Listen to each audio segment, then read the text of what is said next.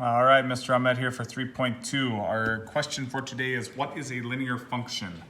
And definition for linear function is a graph that is a straight line, and it can be written in the form y equals mx plus b, where m is a value and b is also just a number. That number could be 0 for both cases. Okay, so y equals mx plus b. Notice we don't have any exponents. X is not in a fraction on the bottom. X could be in a fraction on the top, but not on the bottom. So when we take a look at some graphs, pretty easy to see if it's a linear function, and really we're just looking for a straight line. So number one, is that a linear function? Yes, it is a straight line. Number two, not a straight line, so that would be a no, not linear. When we look at a table, linear functions have a constant rate of change, okay? So constant rate of change I'm adding up here.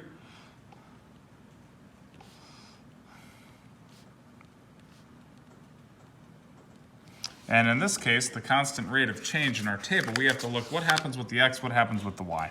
So x is going up by 1, up by 1, up by 1.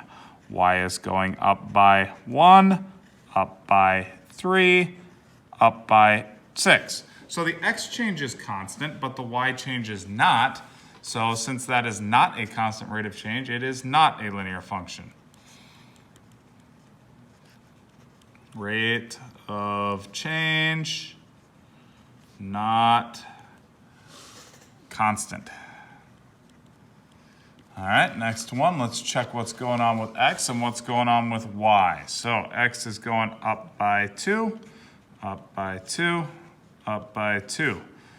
Y up 6, up 5, 6, yeah. Up 7, up 7. So is the rate of change constant? It was close.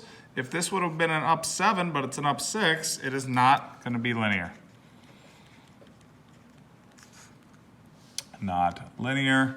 And the rate of change is not constant. So, in summary, how can I tell if it's linear? Well, by looking at the graph, we just have to see, is the graph a straight line?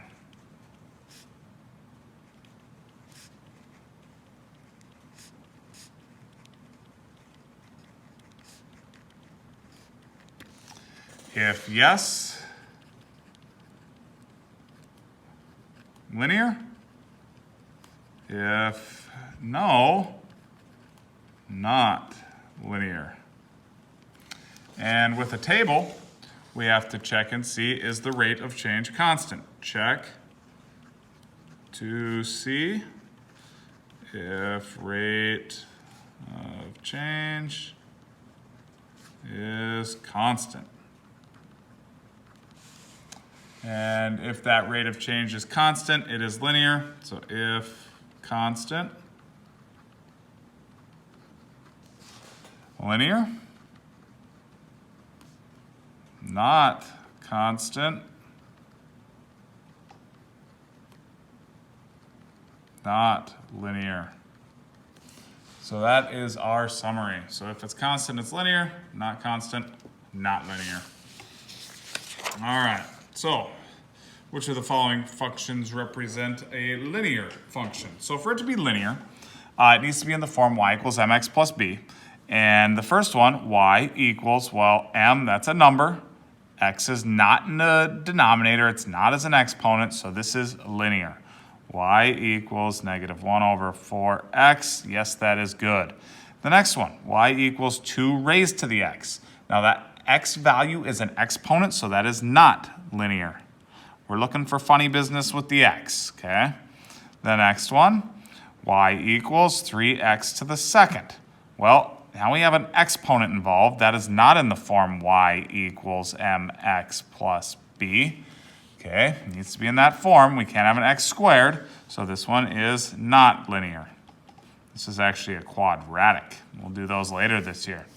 The next one, if we distribute this out, we'd have 4x minus 12. 4x minus 12, 4x, that works, we're good, that is linear.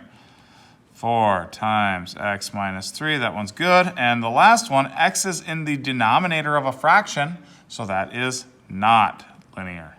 So really we're looking for, is there anything funny going on with that x? Is x raised to an exponent? Is x an exponent? Is x in the denominator? If we see things like that, it is not linear, but if we just have a regular old x with some numbers, we're good to go. That will be linear, all right? Discrete and continuous. This is kind of a little bit more of a tricky concept. And a discrete domain is a set of input values that consists of only certain numbers in an interval. So there's only certain outputs. So an example of a discrete domain could be something like this. Y equals 10x, where x is number of tickets sold. Y is the profit from sales. Now the reason why that would be discrete is I can't sell half of a ticket. I could sell 1, I could sell 2, I could sell 3, I could sell 4, I could sell 5, I could sell 500, but I can't sell 500 on a half of a ticket. So that is going to be a specific interval, and it's going up by 10 each time. The numbers in between would not really exist. All right, so we're just gonna have a graph that would look something like this. It's going up at a specific amount, but all these numbers in between wouldn't really be there, so it isn't connected.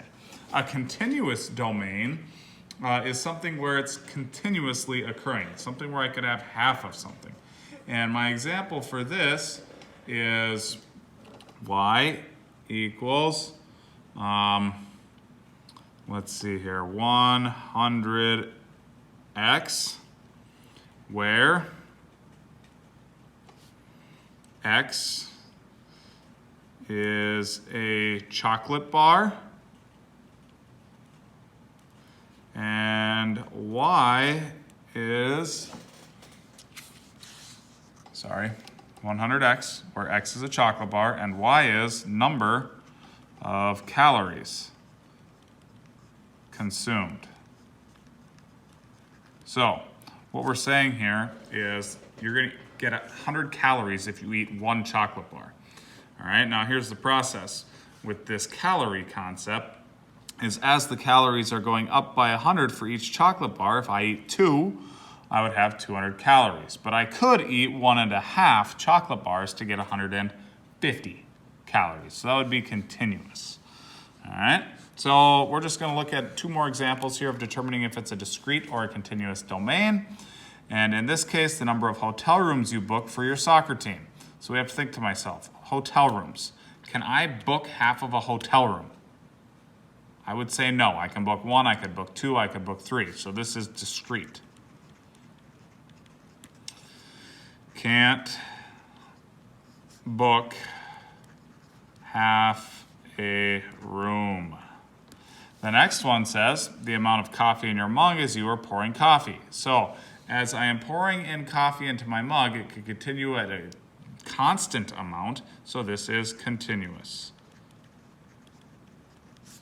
And because coffee can constantly increase would be the best way I could explain that. So, in summary, you are going to have to be able to identify if a function is linear, both by looking at tables, graphs, and then also by looking at equations. All right, then we'll have a couple discrete and continuous problems as well.